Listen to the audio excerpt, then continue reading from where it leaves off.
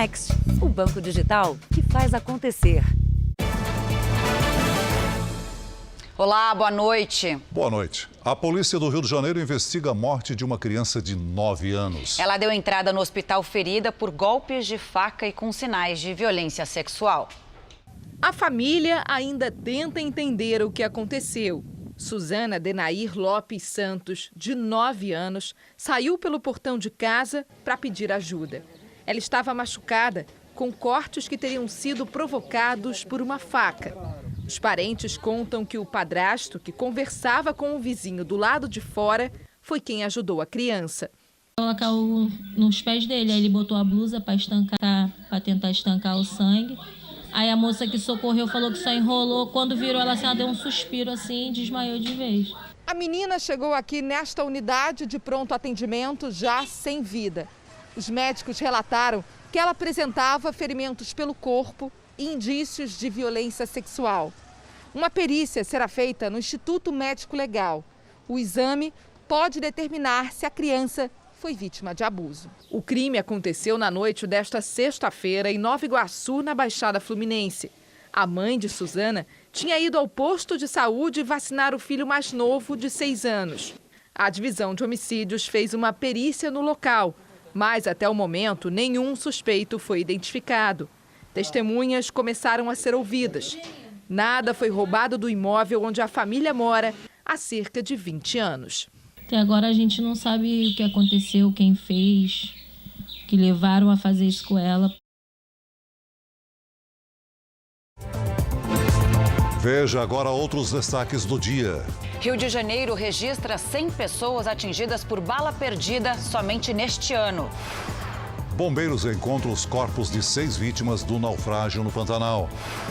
Inflação compromete mais o orçamento de quem ganha menos. Ministro da Saúde diz que todos os brasileiros serão imunizados contra a Covid até o fim do ano. Com o avanço da imunização, idosos retomam a rotina para cuidar do corpo e da mente. No sertão da Bahia, um projeto ajuda jovens carentes a realizar o sonho de chegar à universidade.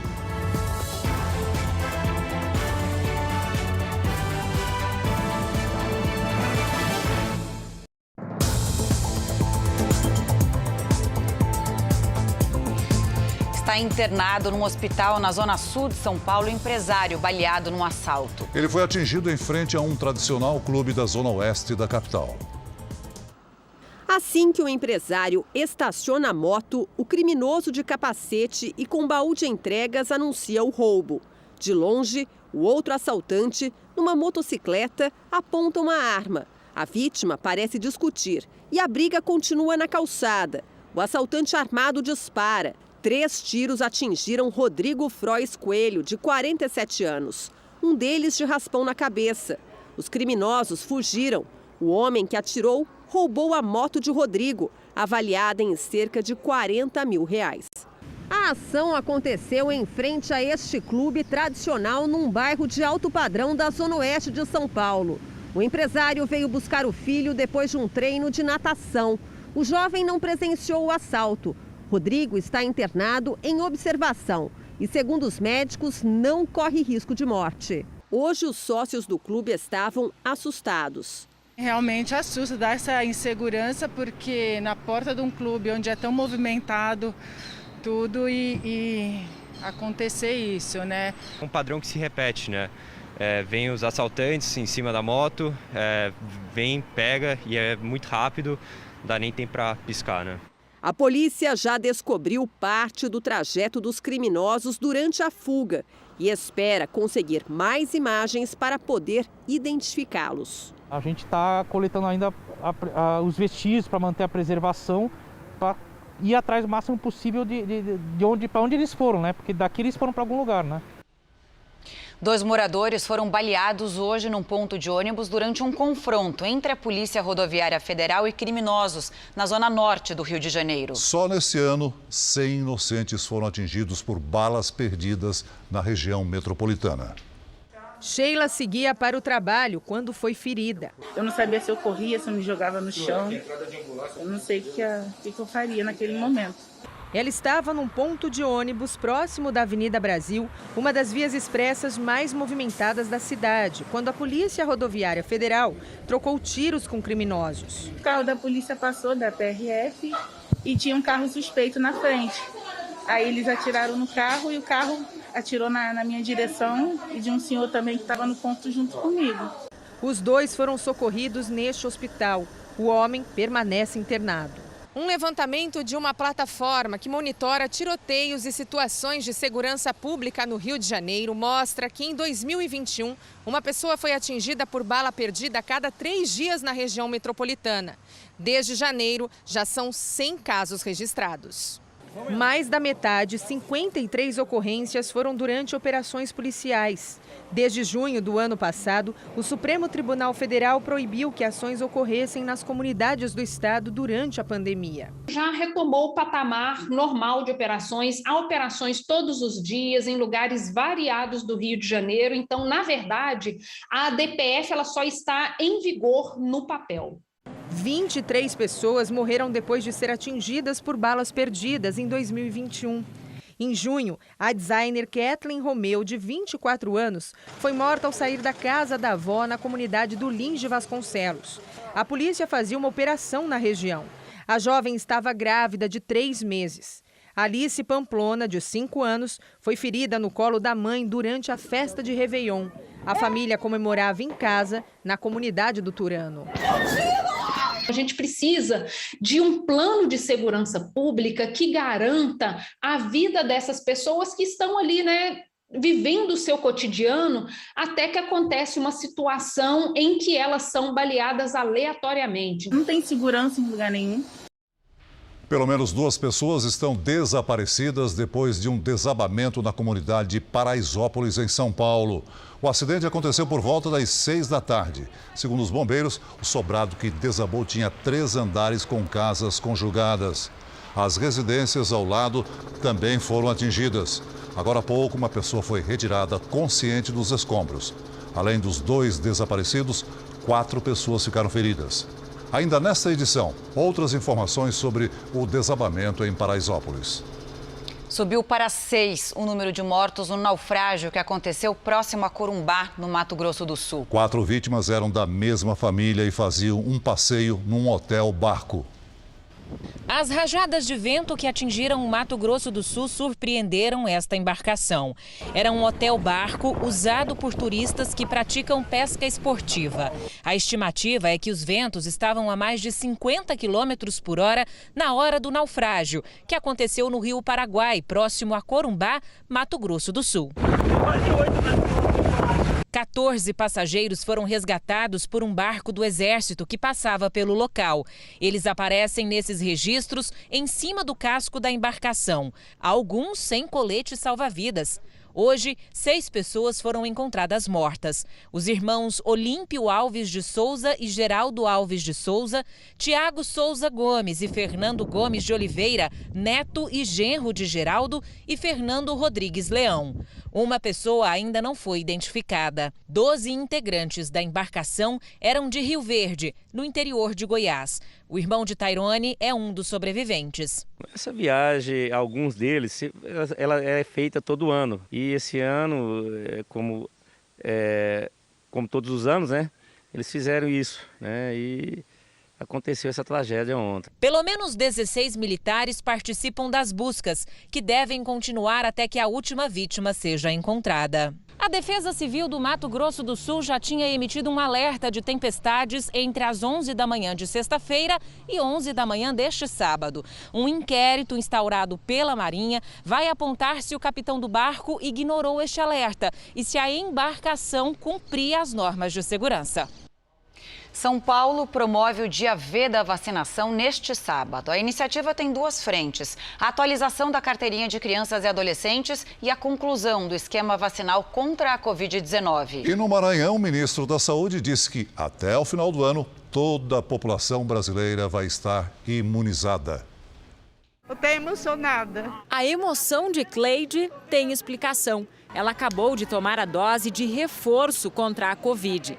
Mas continua ainda fazendo todas as tirando todas as precauções, usando a máscara, tendo distanciamento. Pedro também tomou a terceira dose. O caminhoneiro aproveitou o mutirão desse sábado. Vai viajar esse final de semana? Esse final de semana eu vou viajar, vou para Bauru. Vai para Bauru? Vou para Bauru. O Dia V aconteceu nos 645 municípios de São Paulo. O principal objetivo era de reduzir a quantidade de pessoas que estão com o esquema vacinal contra a Covid incompleto. A grande importância de completar o esquema vacinal é principalmente para a retomada, não só a retomada das aulas, mas a retomada também do comércio, a retomada da vida. Hoje também foi o dia D da campanha de multivacinação para menores de 15 anos. A ideia é atualizar as carteirinhas e garantir a imunização contra outras doenças, como sarampo e poliomielite, por exemplo. 6 em cada 10 crianças e adolescentes que compareceram aos postos estavam com alguma vacina atrasada. Foi o caso do Arthur, de 14 anos. O reforço do imunizante contra tétano deveria ter sido feito em julho. Que teve o Covid, tudo, aí a gente passou despercebida, né? Essa daí do mês 7, mas sempre foi em dias. Em São Luís, Maranhão, o ministro da Saúde, Marcelo Queiroga, participou de um evento pelo Dia D da campanha nacional de multivacinação e afirmou que até o final do ano, todos os brasileiros estarão vacinados. Estamos nos preparando para sair da maior crise sanitária que a humanidade já enfrentou. E isso se deve ao esforço conjunto de todos nós. Até agora, mais de 70% da população brasileira foi vacinada com pelo menos uma dose da vacina e mais de 48% com 2 ou dose única. Quem já tomou 3 comemora. É como se estivesse nascendo de novo, né? E a média móvel de mortes por Covid-19 chegou ao menor patamar desde novembro do ano passado. Especialistas acreditam que essa melhora no cenário se deve ao avanço da vacinação em todo o país. Dos mais de 212 milhões de brasileiros, 160 fazem parte dos grupos contemplados com a vacina contra a Covid-19. Mais de 70% já receberam ao menos a primeira dose e quase metade tem o esquema vacinal completo. De acordo com especialistas, esse avanço nas imunizações reflete nos hospitais, nos atendimentos médicos, na ocupação de leitos e principalmente no número de mortes. A diminuição de casos e de mortes se deve a vários fatores, mas principalmente no Brasil com o avanço da vacinação. Então é importante a gente lembrar a importância, né, da população estar adequadamente vacinada. O primeiro óbito pela doença foi registrado em março de 2020. 19 meses depois, o país ultrapassou 600 mil mortes. 3 estados brasileiros já têm mais de 53% da população completamente imunizada: Mato Grosso do Sul, São Paulo e Rio Grande do Sul. Mas até nesses lugares ainda não dá para dispensar os cuidados, como o uso de máscara, álcool em gel e evitar aglomerações. Mesmo com a desaceleração da pandemia, é importante lembrar que o vírus continua em circulação. Para que nós tenhamos um cenário onde seja realmente possível tirar a máscara com segurança, que se evidencia essa baixa de circulação viral, nós temos que ter ausências de notificação, né? A gente tem que ter dias seguidos onde não se registram novos casos. Eu tenho um filho de 3 anos e minha prioridade é a minha família, né? Eu tento me manter, me cuidando para cuidar deles também. Estou me sentindo gratificado por ter a oportunidade de fazer a terceira vacina. Enquanto a pandemia continuar, vamos continuar usando a máscara. Os hábitos alimentares pioraram e as pessoas passaram mais tempo na frente das telas durante a pandemia. A constatação foi de uma pesquisa realizada em todo o país. Luciene adora correr na rua. Bora! Mas no começo da pandemia, quando teve que ficar mais em casa, confessa, diminuiu a frequência de exercícios. Infelizmente eu tive que parar, né, porque não tinha como ir para a rua. E com isso eu tive que me adaptar em casa, né? Não foi só a Luciene. Ficar mais tempo em casa levou muita gente a se exercitar menos, alimentar-se mal e a passar boa parte do dia aqui, na frente do celular ou da tela do computador. É o que mostram os primeiros resultados de uma pesquisa que avalia o comportamento da população durante a pandemia. Redução do consumo de alimentos in natura, de frutas, vegetais, um aumento muito significativo do consumo de alimentos ultraprocessados, fast food. A nossa amostra como um todo, ela praticava em torno de 120 minutos por semana de exercício físico. E no período durante a pandemia, esse número reportado foi de 80 minutos. Mais de 30% dos pesquisados disseram ter reduzido a prática de esportes. O uso diário de telas entre computadores e dispositivos móveis passou de 6 horas e meia em média para 10 horas. 4 horas a mais na frente do computador todos os dias por causa do trabalho em home office fizeram o Jandir desenvolver um problema de olho seco. E o colírio se tornou imprescindível no dia a dia. O olho começa a entender que ele não tem a necessidade de produzir aquela quantidade de lágrima necessária. E aí ele simplesmente para de produzir. Mesmo com o avanço da vacinação e a queda nos números de infectados, será que algumas mudanças vieram para ficar? Inicialmente as pessoas estavam achando que seria uma coisa rápida, né? E com o tempo a gente foi percebendo que não. Então a nossa preocupação é que esses hábitos tenham se consolidado ainda mais dessa maneira. Vamos aos números de hoje da pandemia. Segundo o Ministério da Saúde, o país tem 21.638.726 casos de Covid-19. São 603.152 mortos. Foram 483 registros de mortes nas últimas 24 horas.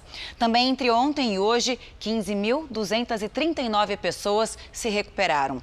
No total, já são mais de 20.733.000 recuperados e quase 251.000 seguem em acompanhamento.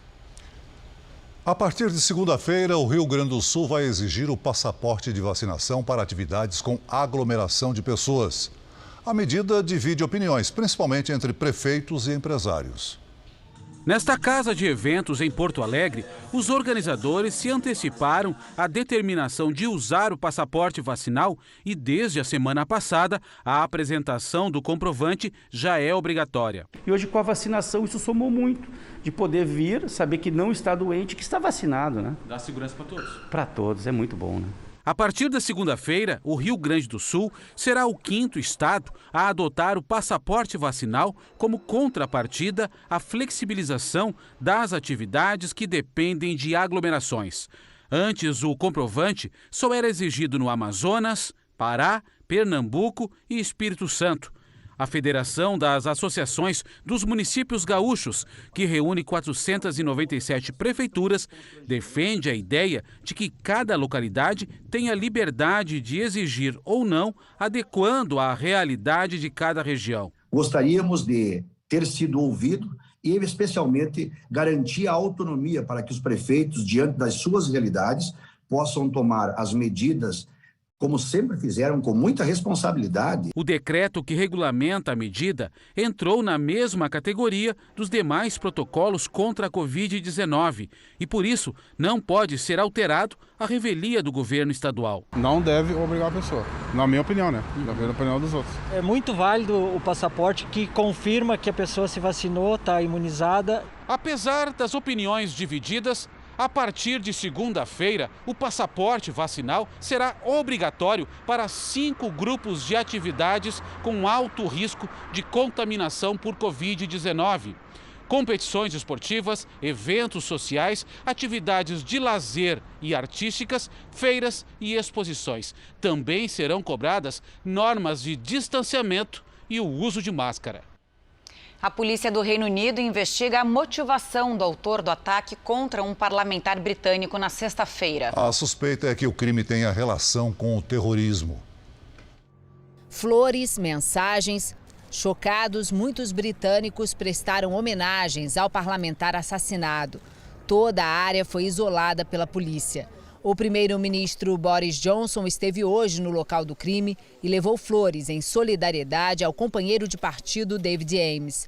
O político de 69 anos foi atingido com vários golpes de faca quando visitava eleitores em uma igreja no leste de Londres. O principal suspeito é um homem de 25 anos, britânico, de origem somali, que foi preso em flagrante. A polícia britânica classificou o ataque como um atentado terrorista motivado pelo extremismo islâmico. Os agentes fizeram buscas em pelo menos 2 endereços, mas acreditam que o assassino agiu sozinho. O crime levanta a discussão sobre a falta de segurança dos parlamentares do Reino Unido, já que David Amess foi o segundo a ser assassinado nos últimos 5 anos.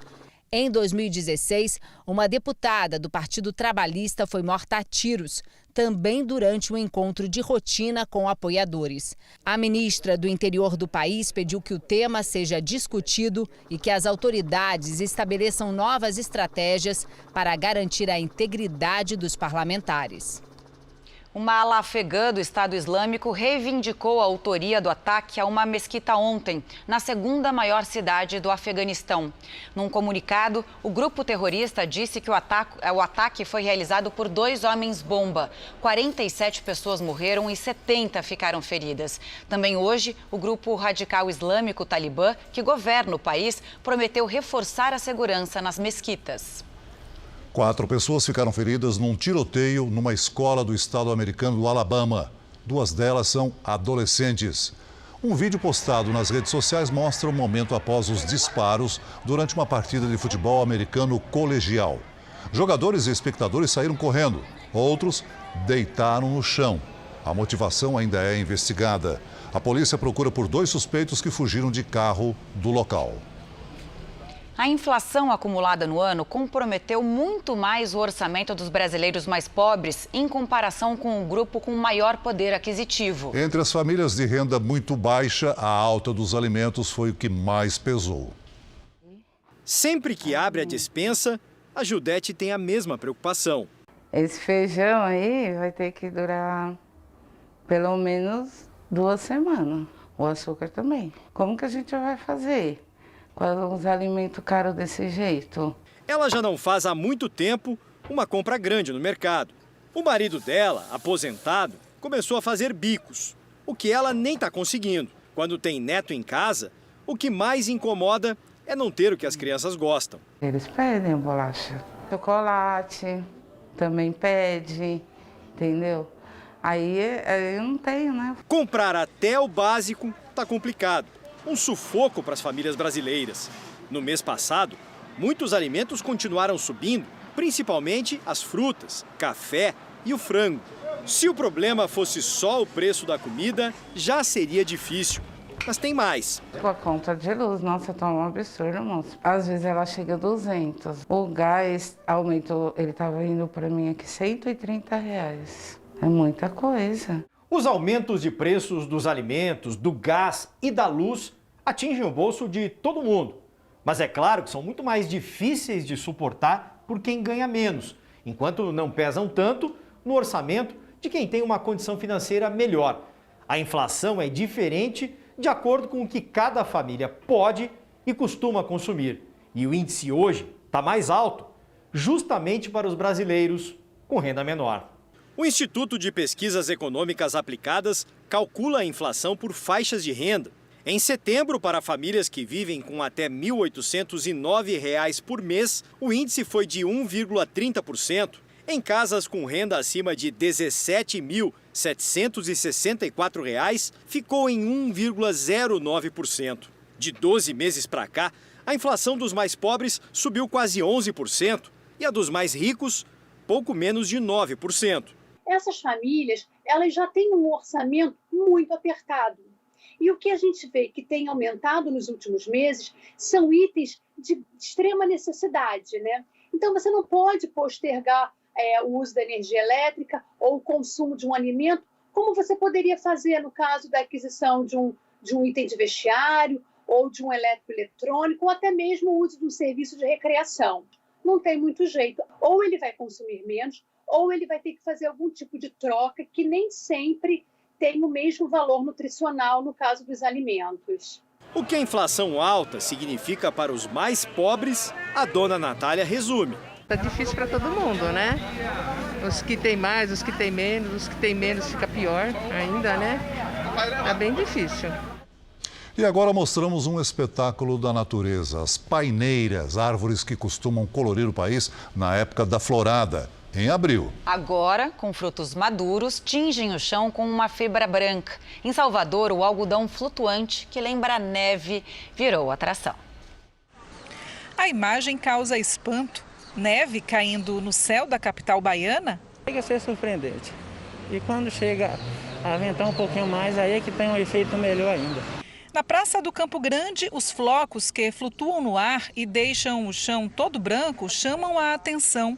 Estes turistas do interior da Bahia até pararam para tirar fotos no celular. É muito interessante a beleza dessa árvore. Na verdade, os flocos são os sementes da paineira, árvores centenárias comuns aqui na cidade. E o algodão que lembra a neve é a paina. Ele envolve as sementes que são levadas pelo vento por longas distâncias.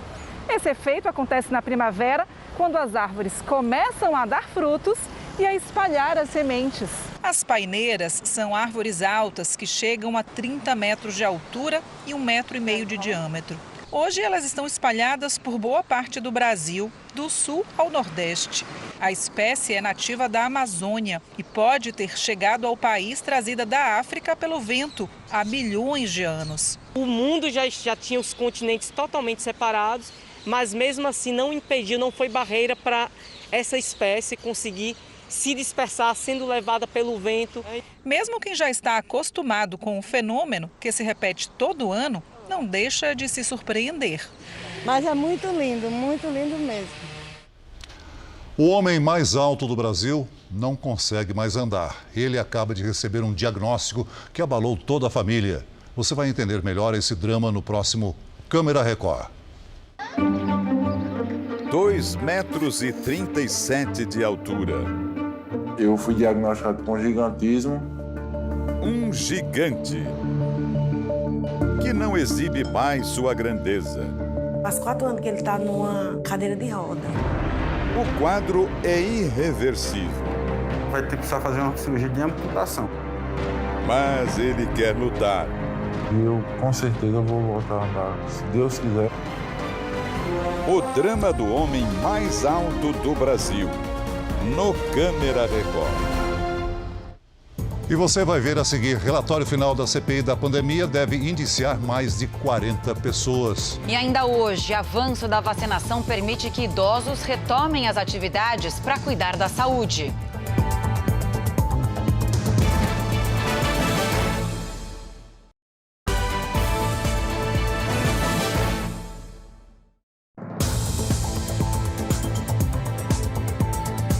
O presidente Jair Bolsonaro ironizou o pedido de indiciamento pela CPI da pandemia. O relatório final será apresentado na terça-feira.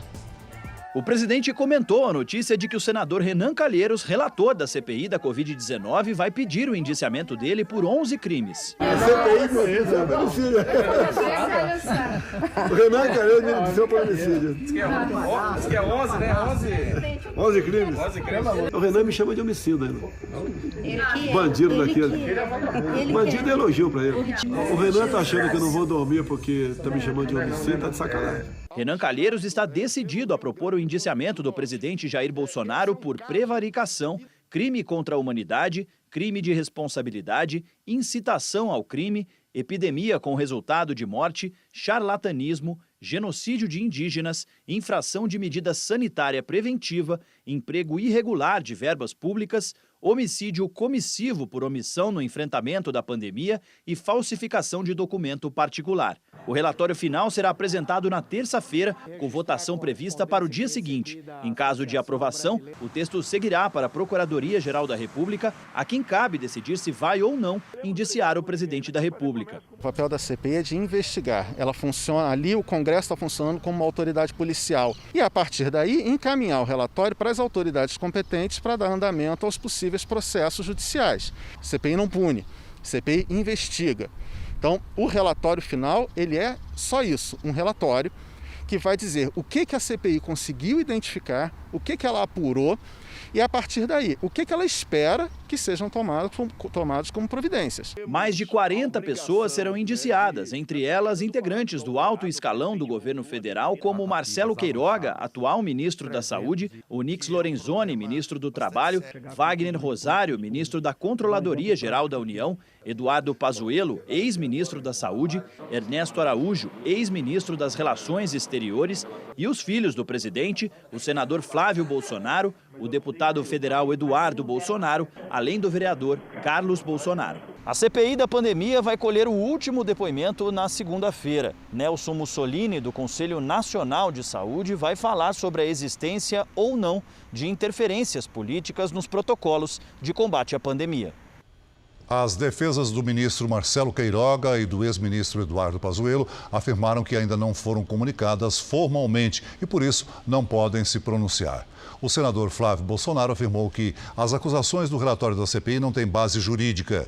Os outros citados não retornaram aos nossos contatos. Já Renan Calheiros, sobre as declarações de Bolsonaro, disse que nunca esperou do presidente outra coisa que não fosse insulto, provocação, mentira e compulsão de morte. Vamos ver agora uma notícia que está em destaque no portal R7. O preço médio da gasolina se mantém acima de R$ 6,00 há um mês e meio em 19 estados brasileiros.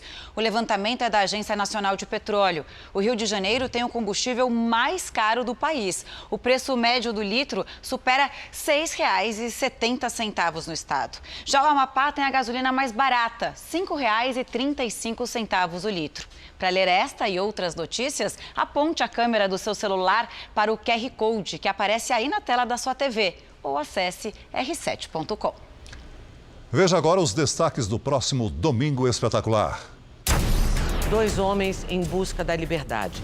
Pedro diz que foi confundido com assaltantes. Foi abordado e foi acusado do roubo. Reginaldo teria sido preso porque a moto envolvida no ataque a um fórum estava no nome dele. Eles garantem que são inocentes. Como convencer a justiça de que foi um engano? Reviravolta no caso da brasileira morta em Buenos Aires. A polícia achava que se tratava de morte natural, mas a família de Luana Mello sempre acreditou em feminicídio. Tudo indica que ele praticou. A família quer justiça. Depois da reportagem do Domingo Espetacular, a investigação foi retomada e o principal suspeito preso. Purê, suco, bolo, tudo bem verdinho, saborosa e cheia de nutrientes. Vamos desvendar os mitos e verdades da couve. Tensão em alto mar. Um casal de brasileiros que está dando a volta ao mundo num veleiro é atacado por orcas. O relato dos momentos de terror. Por que ataques como esse têm se tornado cada vez mais frequentes? É no Domingo Espetacular. Logo depois do Canta Comigo, Tim. Veja a seguir, jovens são presos em flagrante durante tentativa de roubo em prédio de luxo. E também a nave espacial que partiu hoje numa jornada de estudos dos asteroides de Júpiter.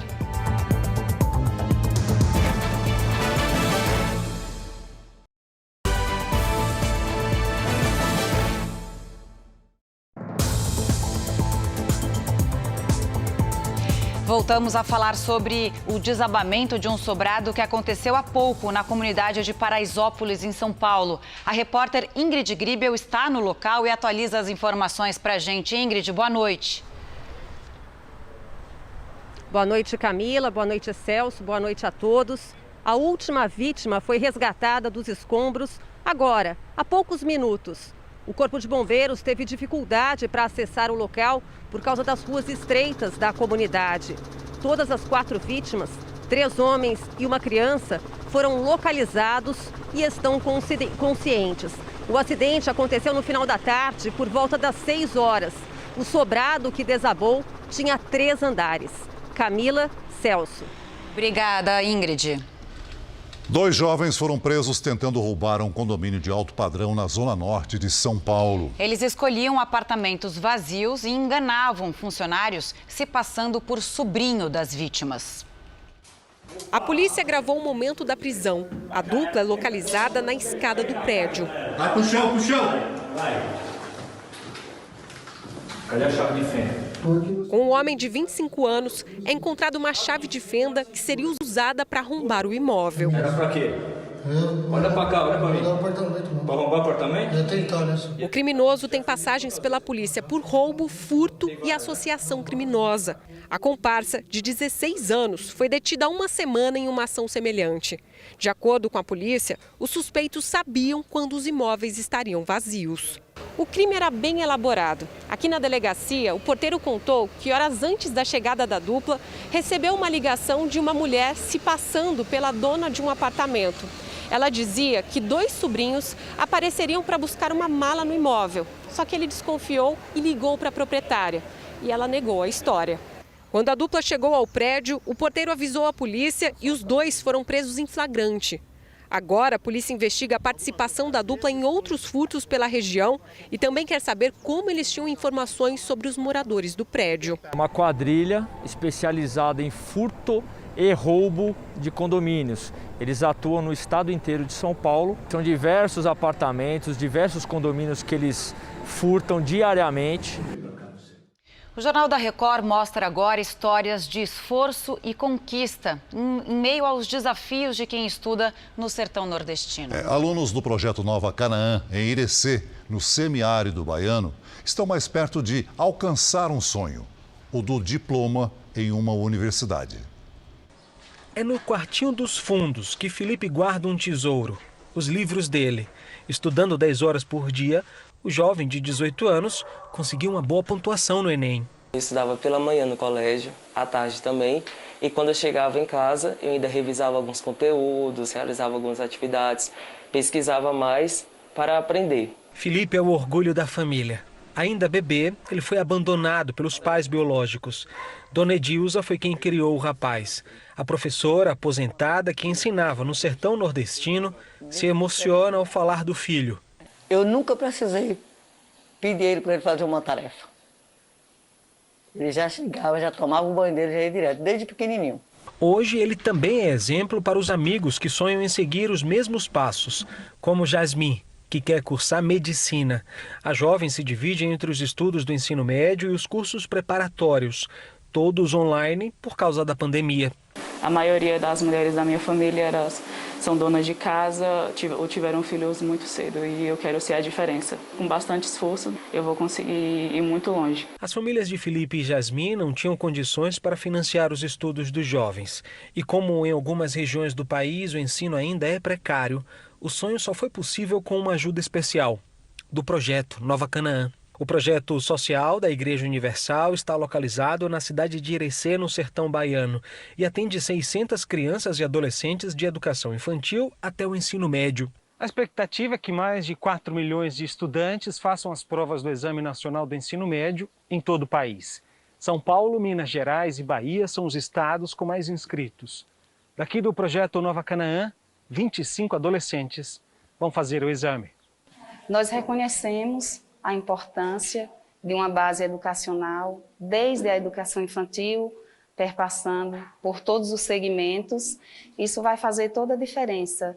Enquanto os estudantes se preparam para o Enem, os pais, orgulhosos, seguem na torcida. Doutora Jasmin, fé em Deus, né? Mais de 10 mil vagas temporárias de emprego podem ser criadas na Baixada Santista até o final do ano. E até metade desses postos de trabalho deve ir para o mesmo setor, o de cruzeiros marítimos. Carteira de trabalho na mão. Para essa turma, enfim, a espera de 15 meses acabou. Hoje trouxemos a documentação toda e já dia 5 já estamos aqui, graças a Deus, com esse terminal muito cheio. Bora trabalhar. Bora trabalhar. Eles são funcionários temporários, só são chamados quando tem escalas de navios de passageiros no Porto de Santos. Ano passado, por causa da pandemia, ficaram sem trabalho. Quando a gente descobriu que não ia ter temporada, foi um sufoco, porque a gente ficou desempregado. São quase 300 contratações diretas, sem contar os terceirizados. Para fazer o terminal funcionar, 3 mil trabalhadores. Para muitos, a temporada já começou. O que era feito em 3 meses terá que ficar pronto em menos de 30 dias. Essa temporada só foi confirmada no começo desse mês. Claro que a gente estava fazendo a manutenção, mas evitando o gasto. Nós estamos há 15 meses sem faturar. Mas agora, para receber os nossos passageiros, nós temos que melhorar algumas coisas, estamos fazendo e vai dar tempo. Em 6 meses de temporada, serão 237 mil embarques aqui no Terminal de Passageiros de Santos, o mais movimentado do país. E os protocolos sanitários começam bem antes de entrar no navio. Aqui no saguão do terminal, por exemplo, terá um espaço para testagem de viajantes. Os protocolos oficiais completos ainda não foram divulgados, mas já é certo que haverá redução da capacidade e a apresentação obrigatória de carteira de vacinação contra a Covid-19. Além disso, por enquanto, os transatlânticos estão autorizados a navegar apenas em águas brasileiras. Rotas que incluíam Argentina e Uruguai vão ter que mudar. Pretendemos ter uma temporada muito legal, que as pessoas se sintam muito seguras aqui no terminal e nos navios. Com o avanço da vacinação, a média de mortes estabilizou em cerca de 500 por dia. Só que muitas pessoas baixaram a guarda em relação ao coronavírus. Especialistas alertam, ainda não é hora de relaxar com os cuidados. Depois de um tempo de restrições, fazendo tudo como manda o protocolo, essa é a imagem que a Gislene se permite ver de vez em quando. E a máscara, você está usando menos? Bem menos. Bem menos. Tanto que eu tô só com máscara descartável agora. Antes eu era... tinha até aquela coisa assim, eu vou colecionar máscara, né? Eu combinava máscara com roupa. Hoje é tudo preto, tudo descartável. Já para auxiliar de enfermagem Tatiana, que mora no mesmo condomínio em Osasco, as cenas da rotina de um grande hospital ainda estão muito presentes na memória. Ver as famílias todinhas morrerem. É muito triste ver o isolamento das pessoas no hospital, porque quem morre, morre sozinho, morre com a gente da enfermagem. A gente teve um papel muito importante na frente da pandemia, mas você morre com um desconhecido, porque a sua família não está lá. Como profissional da saúde, a Tatiana trabalha na linha de frente de um hospital público de São Paulo desde o início da pandemia. No serviço, por conta da segurança sanitária, os protocolos são rigorosos. Mesmo assim, das 50 pessoas da equipe dela, pelo menos 45 já tiveram Covid, o que faz com que ela reforce a proteção no condomínio onde mora e principalmente em casa. Os cuidados começam aqui, logo na entrada do apartamento. Sapatos da rua, daqui para fora, máscara quase o tempo todo, compras higienizadas e, para ela, o mais importante, mãos sempre limpas. Os funcionários que já tiveram Covid, foram vacinados com as 2 doses, reinfectaram. A pandemia não acabou, ela perdeu força, mas não acabou.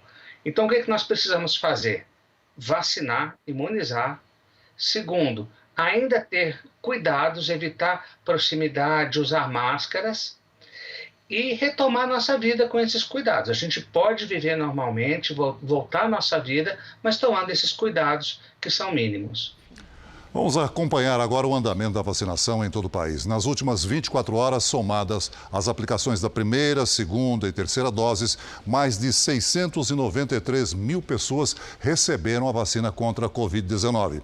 E hoje, o Brasil tem mais de 151 milhões de vacinados com a primeira dose e mais de 104 milhões de pessoas com a segunda dose ou dose única. No Amapá, mais de 474 mil pessoas tomaram a primeira dose contra a Covid-19, ou seja, mais de 54% da população. Em Alagoas, cerca de 63% das pessoas cumpriram a primeira etapa da vacinação, ou seja, 2.138.000 moradores. No Espírito Santo, 72% dos moradores estão vacinados com a primeira dose. São mais de 2.971.000 pessoas. E em Goiás, 4.932.000 pessoas receberam a primeira dose da vacina. Isso representa 68% da população. No portal r7.com você pode acompanhar a situação de todos os estados no mapa interativo. Especialistas recomendam um exame de imagem menos incômodo e mais barato para pacientes em tratamento do câncer de mama. Um estudo mostra que a angiomamografia é até mais eficaz que a ressonância magnética. Kátia tinha 36 anos quando descobriu um câncer de mama. E eu descobri fazendo o autoexame porque aos 36 anos eu ainda não tinha nenhuma indicação, para fazer a mamografia. Então, para mim, foi uma notícia terrível. Ela foi em busca de um diagnóstico confiável. O médico decidiu substituir a ressonância magnética pela mamografia com contraste. Um exame que demora apenas 5 minutos em vez dos 40 da ressonância. O iodo injetado no organismo da paciente consegue identificar células cancerígenas. Os benefícios da angiomamografia ou mamografia com contraste foram reconhecidos por um estudo recente da Sociedade Brasileira de Mastologia.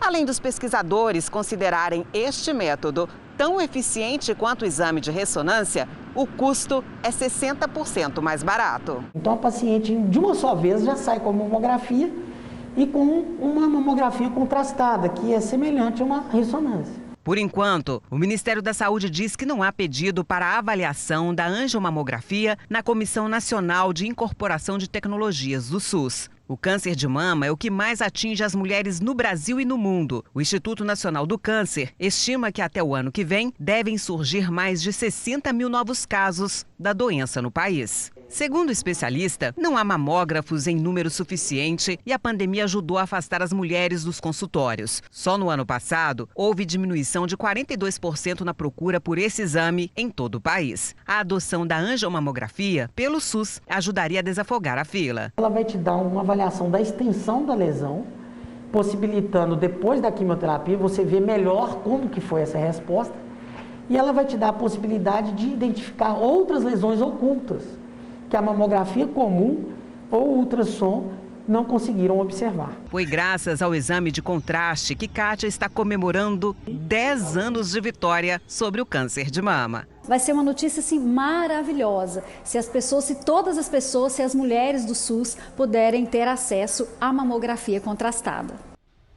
Um mistério intrigante que tem acontecido no litoral nordestino está prestes a ser desvendado. São os fardos de borracha que aparecem na região desde 2018. Talvez uma resposta agora, né? Para pesquisadores, a carga estava em navios da Segunda Guerra Mundial afundados na costa brasileira.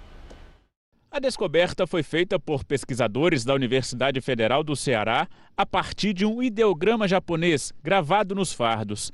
Através do símbolo, foi possível identificar que o navio partiu de um porto no Japão, carregado com borracha e estanho, um metal resistente à corrosão. Seria o fim do mistério, né, ao descobrir que se trata, então, do vazamento de um segundo navio alemão naufragado aqui ao largo do nosso litoral.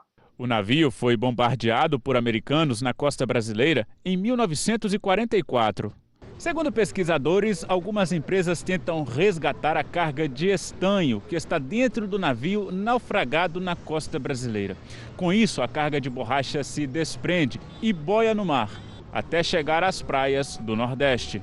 Depois do que foi revelado, estudiosos têm agora outra preocupação: a fauna marinha. Como esses fardos ficam muito tempo no mar, eles podem se decompor em pequenos pedaços que podem ser ingeridos por animais marinhos, por exemplo.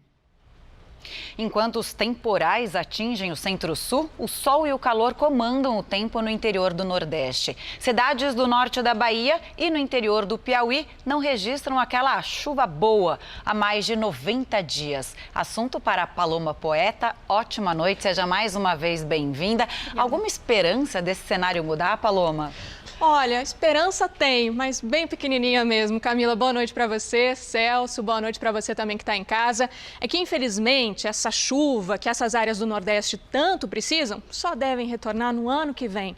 Por enquanto, as nuvens mais carregadas ficam nessa região entre o Sudeste e o Centro-Oeste. Uma frente fria que está entre o Rio de Janeiro e o Espírito Santo deve provocar chuva com frequência nos próximos dias. E atenção para o risco de deslizamentos e transbordamentos entre o norte fluminense e o sul da Bahia. No interior do Sudeste e no Centro-Oeste, a chance até de queda de granizo. Apenas essas poucas áreas claras do mapa é que devem ter o tempo firme. E no Rio Grande do Sul, em plena primavera, acredite se quiser, tem chance de geada na fronteira com o Uruguai, com mínima de apenas 2 graus. Falando nisso, então, vamos conferir como ficam algumas máximas. Amanhã, em Florianópolis, faz apenas 19 graus. No Rio de Janeiro, 24. Em Cuiabá e no Recife, 30. em Fortaleza 33 e em Manaus 32. E aqui em São Paulo, essa chuva dos últimos dias continua e as temperaturas vão ficando mais baixas. No domingo, mínima, olha só, de 15 graus. Na segunda e na terça, os termômetros marcam entre 14 e 18 graus. E na quarta, que sobe mais bem pouquinho, máxima de 20 graus, ainda vai precisar do casaco, Celso. E agora é hora do Tempo Delivery. Paloma, a Daniele quer saber a previsão para Buritis, Rondônia. Claro, vamos para lá então, Celso. Oi, Daniele, tudo bom? Por aí os próximos dias devem ser de sol, mas também de chuva. Amanhã faz calor, máxima de 31 graus. Já na segunda e na terça, esse calorão ameniza um pouquinho. Vamos atender a Sandy de Major Vieira, Santa Catarina, meu estado.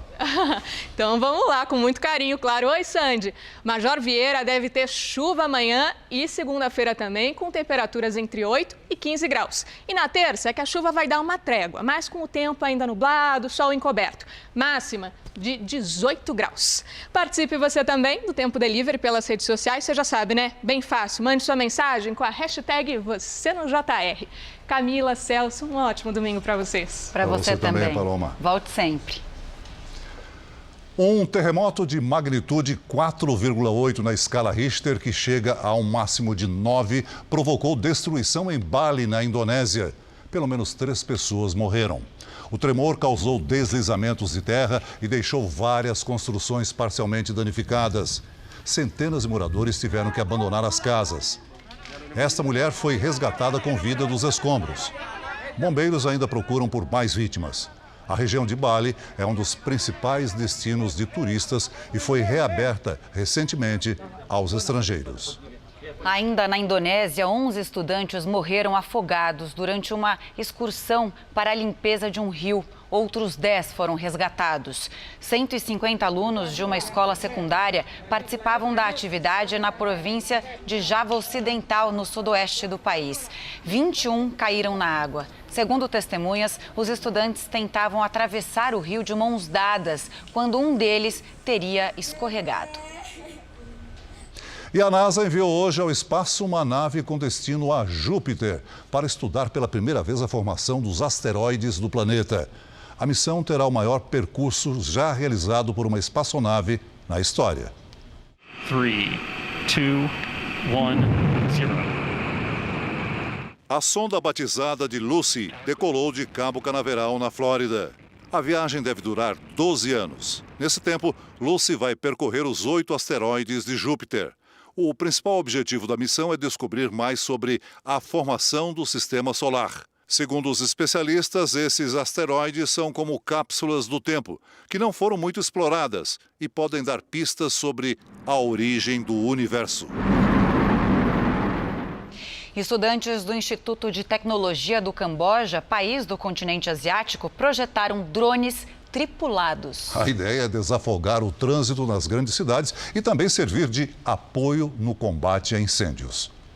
O veículo é simples, usa 8 hélices e foi desenvolvido por estudantes do Instituto Politécnico do Camboja, país de 16 milhões de habitantes no sudeste da Ásia. Aqui na capital do Camboja, sofremos com os engarrafamentos no trânsito. Então resolvemos criar um drone que pudesse servir como táxi.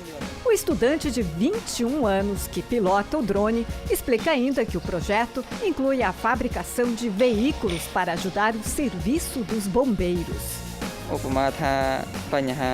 Os drones poderiam alcançar locais onde os caminhões-pipa não chegam.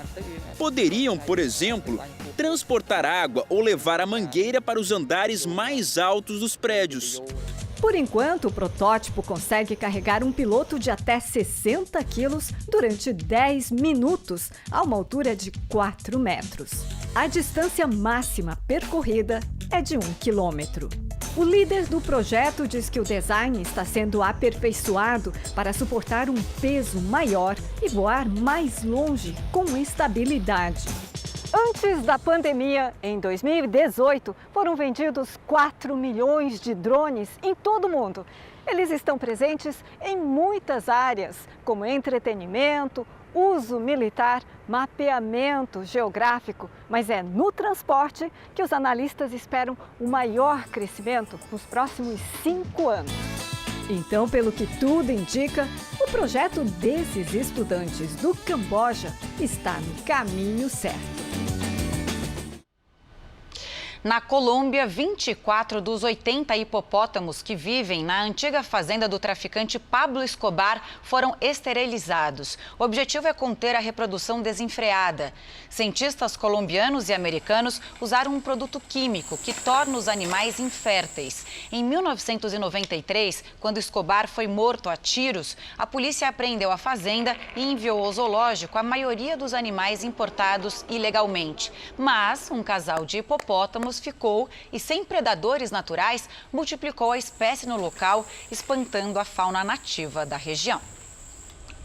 Uma arara sem bico ou um pássaro sem perna não conseguem sobreviver na natureza, a não ser que recebam uma pequena ajuda. Em Mato Grosso do Sul, um veterinário teve uma ideia para reabilitar animais feridos. São próteses construídas em impressoras 3D. A seriema, esse animal de pescoço longo e pernas compridas, é uma ave típica do Cerrado. Mas essa está diferente. Vítima de um atropelamento, ela iniciou a reabilitação graças a uma perna de plástico. A prótese foi desenvolvida por este médico veterinário do Centro de Reabilitação de Animais Silvestres de Campo Grande. Todos sabemos que um animal desse, principalmente uma seriema, sem uma perna, é morte, infelizmente. Então me veio esse estalo, por que não acessibilidade aos animais? A peça foi criada nesta impressora 3D, que usa um filamento especial de plástico.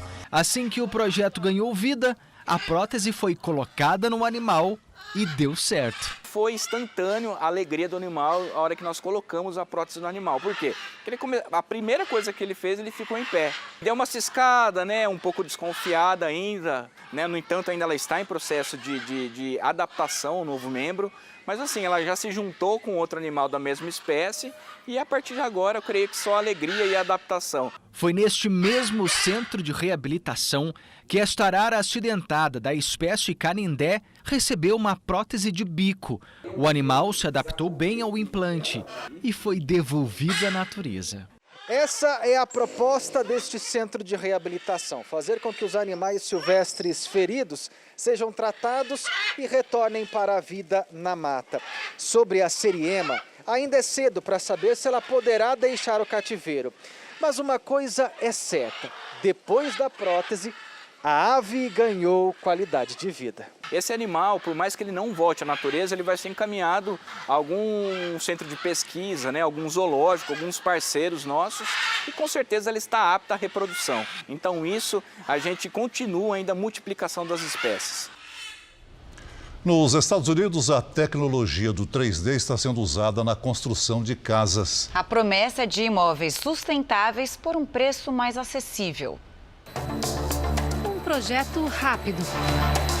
De forma totalmente automatizada, cada peça da casa é construída nessa impressora a partir de modelos digitais.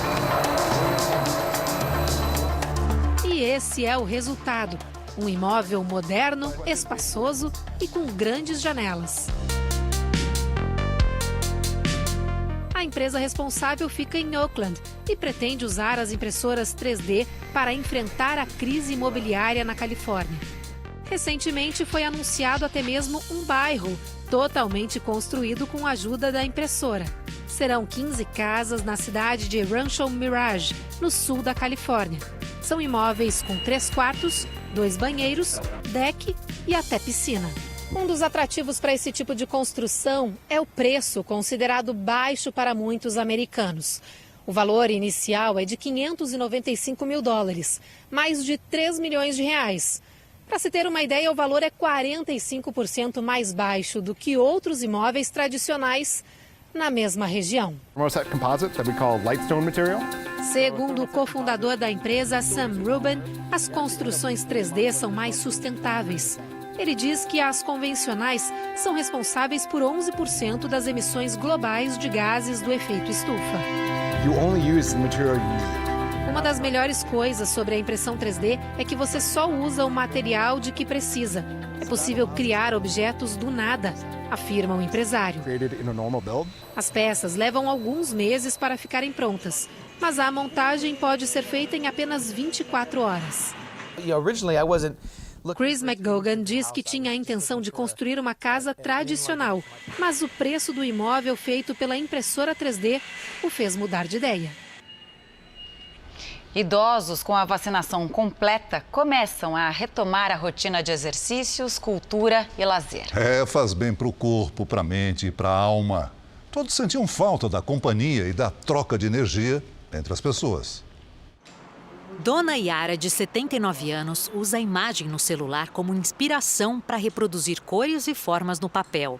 Depois de mais de um ano em isolamento social, ela finalmente voltou às aulas presenciais de aquarela. Uma satisfação, uma gratidão de poder estar voltando, participando. É um relaxamento mental muito grande. E uma coisa muito prazerosa. Na mão de Daniele, o pincel dilui a cor. Para ela, os tons que se sobrepõem representam algo muito maior do que as flores na tela. Aqui, para mim, é uma terapia. Eu entro aqui e eu esqueço absolutamente tudo. O grande problema é a saudade que eu tinha da Ivani. Ivani é quem conduz as aulas e testemunha a alegria das alunas de estarem de volta. Eu posso dizer a primeira coisa, felicidade. Alegria nos olhos. O olhar fala tudo, é muito importante. Então, contagia. Com cerca de 77% da população acima dos 70 anos protegida contra a Covid-19 com a dose de reforço aqui na capital paulista, chegou a hora de retomar as atividades voltadas aos idosos. Nesse centro cultural que fica na Zona Norte, as inscrições esgotadas, com turmas lotadas, mostram que não falta vontade de aproveitar o que a melhor idade tem a oferecer. Aulas de pilates, ao contrário, de ritmos, exercícios que também fazem muito bem para a mente. É muito importante não só a parte física, mas a parte emocional. Porque nós, idosos, precisamos de conviver com outras pessoas. E isso daí fez muita falta na pandemia. É emocionante encontrar as amigas e fazer atividade física. Nós fazíamos online, mas não é a mesma coisa. Então é isso, é uma alegria. A saudade era tanta que o corriqueiro virou especial, como colocar os sapatos para dar passos que ficaram tempo demais longe do salão. A volta foi maravilhosa. E para todos os alunos, quando eles chegam, eles se sentem muito bem, se sentem vivos como eu. Mesmo só encostando a mão uma na outra, já é alguma coisa, é vida.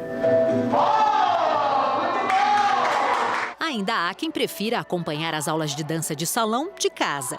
Mas para essas alunas animadas, estar aqui significa retomar a autonomia, a liberdade e reviver sensações que o isolamento na pandemia não permitiu. Nossa, eu cheguei aqui numa alegria, parecia o primeiro ano de escola de uma criança. É saúde, é perceber que o corpo vai mais ou menos, mas vai chegar um momento em que ele vai estar 100% de novo. É como se eu tivesse a minha vida de volta, porque antes não dava para fazer nada. A gente gosta de viver e era isso que a gente não estava conseguindo antes. O que a gente percebe da participação das pessoas nas atividades é que elas participam mais por uma questão de fazer parte de um grupo do que pela técnica que está sendo compartilhada ali nas atividades, né?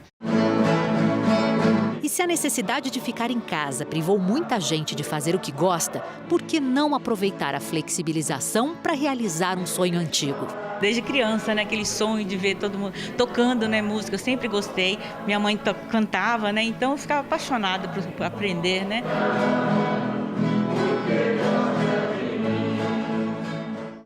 O Jornal da Record termina aqui. A edição de hoje na íntegra e também a nossa versão em podcast estão no Play Plus e em todas as nossas plataformas digitais. Fique agora com os melhores momentos da novela Gênesis. Ótima noite para você. Boa noite.